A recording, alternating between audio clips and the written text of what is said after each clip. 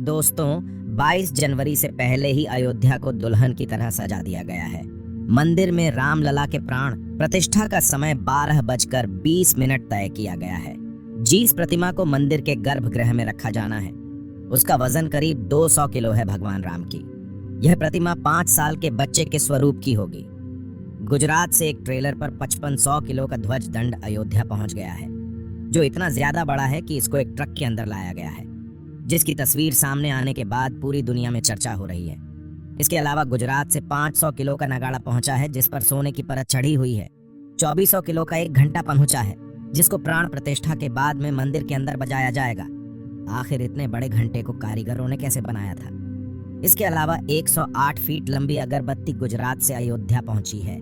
7 दुनिया का सबसे बड़ा ताला भी बनाकर तैयार किया गया है। और क्या आप कल्पना कर सकते हैं कि 1100 किलो का दीपक भी बनाकर गुजरात से अयोध्या भेजा है? दोस्तों, यह सभी चीज इतनी ज्यादा अलग कि लोग दूर दूर से देखने को भी पहुंच रहे हैं। और होगा भी क्यों नहीं। करीब 500 सालों के लंबे संघर्ष के बाद भगवान श्री राम का मंदिर बनने जा रहा है। इसके अलावा भी दोस्तों, प्रभु श्री राम के मंदिर में ऐसे चमत्कार हुए हैं जिसकी अयोध्या से लेकर पूरे भारत में चर्चा हो रही है। वहीं मंदिर के यज्ञ के लिए राजस्थान से 650 किलो देसी गाय का घी भी मंदिर में पहुंच गया है। वहीं पर नेपाल की जनकपुरी से अयोध्या के लिए एक साथ 500 से ज्यादा टोकरी में उपहार बांधकर जनकपुर वासी अयोध्या ला रहे हैं। हर राम भक्त को इस दिन का लंबे समय से इंतजार था। अयोध्या में 22 जनवरी से लेकर 25 मार्च तक कई खास कार्यक्रमों का आयोजन किया जाएगा। इस बीच मंदिर के गर्भगृह के निर्माण का काम 24 घंटे चल रहा है। 22 जनवरी को राम मंदिर में रामलला की प्राण प्रतिष्ठा होने वाली है। दोस्तों, कोई भी मंदिर के लिए प्राण प्रतिष्ठा का कार्यक्रम बहुत ज्यादा महत्वपूर्ण होता है। आखिर कोई मंदिर की कैसे प्राण प्रतिष्ठा की जाती है, इसके अलावा यह भी बताएंगे कि कैसे लव कुश अयोध्या में प्रकट हुए। इसलिए आप वीडियो के एंड तक बने रहना।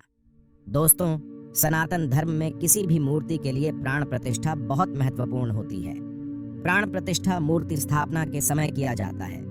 किसी भी मूर्ति की स्थापना के समय उस प्रतिमा रूप को जीवित करने की विधि प्राण प्रतिष्ठा कहलाती है। प्राण शब्द का अर्थ जीवन शक्ति और प्रतिष्ठा का अर्थ स्थापना होता है।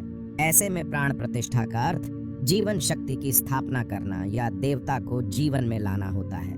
बिना प्राण प्रतिष्ठा के कोई भी मूर्ति पूजा के योग्य नहीं मानी जाती है। मान्यता है कि प्राण प्रतिष्ठा के जरिए मूर्ति में जीवन शक्ति का संचार होता है और वह मूर्ति देवता के रूप में बदल जाती है। अर्थात अब साक्षात प्रभु श्री राम अयोध्या राम मंदिर में निवास करने वाले हैं। और मित्रों, जब खुद प्रभु श्री राम लंबे टाइम बाद अयोध्या पधार रहे हैं, तो भला उनके दोनों बेटे पीछे कैसे रह सकते हैं? दोस्तों, भगवान राम ने जब अयोध्या छोड़ी थी, यानी जब उन्होंने जल समाधि ले ली थी, उसके बाद सारा राजपाट लवकुश के पास चला गया था। लेकिन क्या आप जानते हैं कि भगवान श्री राम ने जल समाधि क्यों ली थी? आखिर ऐसी क्या वजह थी कि भगवान श्री राम को जल समाधि लेनी पड़ी?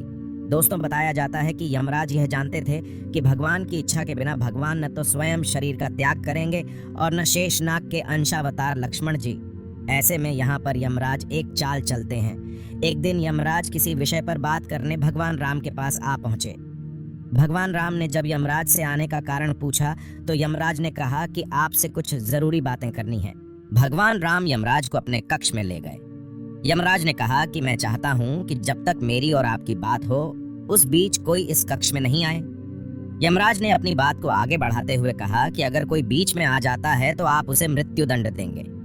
भगवान राम ने यमराज की बात मान ली और यह सोचकर कि लक्ष्मण उनके सबसे आज्ञाकारी हैं, इसलिए उन्होंने लक्ष्मण जी को पहरे पर बैठा दिया। यमराज और राम जी की बात जब चल रही थी, उसी समय दुर्वासा ऋषि अयोध्या पहुंच गए और राम जी से तुरंत मिलने की इच्छा जताई। लक्ष्मण जी ने कहा कि भगवान राम अभी यमराज के साथ विशेष चर्चा कर रहे हैं। भगवान की आज्ञा है कि जब तक उनकी बात समाप्त नहीं हो जाए, कोई उनके कक्ष में नहीं आए।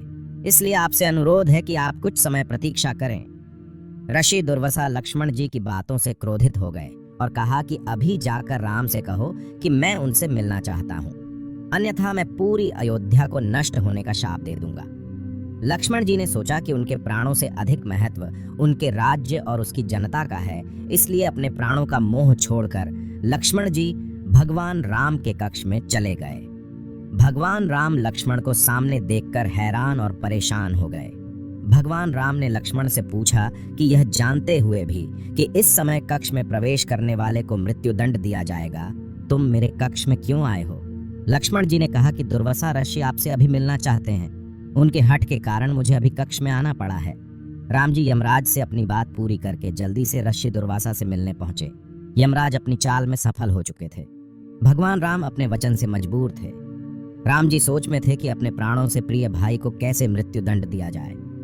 राम जी ने अपने गुरु वशिष्ठ जी से इस विषय में बात की तो गुरु ने बताया कि अपनों का त्याग मृत्युदंड के समान ही होता है, इसलिए आप लक्ष्मण को अपने से दूर कर दीजिए। यह उनके लिए मृत्युदंड के बराबर ही सजा होगी। जब राम जी ने लक्ष्मण को अपने से दूर जाने के लिए कहा तो लक्ष्मण जी ने कहा कि आपसे दूर जाकर तो मैं यूं भी मर जाऊंगा, इसलिए अब मेरे लिए उचित है कि मैं आपके वचन की लाज रखूं। लक्ष्मण जी भगवान राम को प्रणाम करके राजमहल से चल पड़े और सरयू नदी में जाकर जल समाधि ले ली।